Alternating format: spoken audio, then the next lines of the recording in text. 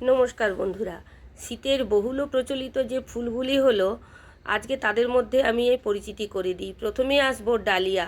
ডালিয়ার কথা আর বলাই যায় না, বেশ বড় বড় ফুল। এরপর অ্যাস্টার।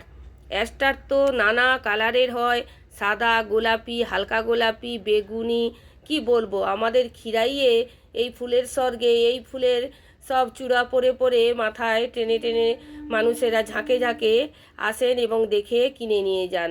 এই অ্যাস্টার আমরা লাগাই। আর ডায়ান্থাস, এই গাছটিও কিন্তু বেশ সুন্দর, অনেক ফুল হয়, বেশ ভালো লাগে এবং এর অনেক কালার। এরপরে বলছি পপি। পপি ফুলটা বেশ সুন্দর, মাথাটা আগের দিন নিচু করে রাখে, ফোটার সময় মাথা দুলতে থাকে উপর দিকে।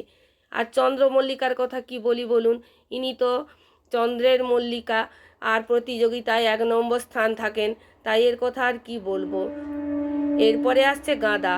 অন্নপ্রাশন বাড়ি, বিয়ে বাড়ি, শ্রাদ্ধ বাড়ি, পুজোর অনুষ্ঠান, কোনো ক্লাব, যে কোনো জায়গায় গাঁদার স্থান আলাদা। আর নিত্য প্রয়োজনীয় পুজোর কাজে তো গাঁদা আমরা রাখি, তাই বাড়িতে বাড়িতে গাঁদা। তারপরে আসছে, এইটা হলো, আমরা একে বলি চেরি, কিন্তু এটি চন্দ্রমল্লিক কসমসের একটা আলাদা ভ্যারাইটি। এটাকে আমরা চেরি গোল্ড বলি। এটাও কিন্তু পুজোর কাজে ভালোই ব্যবহার হয়। আর সবশেষে বলি পিটুনিয়া। এর কথা কি বলবো বলুন, এ তো 10 টাকা 5 টাকার ঠাকাতেই লাগালে হবে, কোনো টব বা বিশাল বড় কিছু আয়োজন করার দরকার নেই।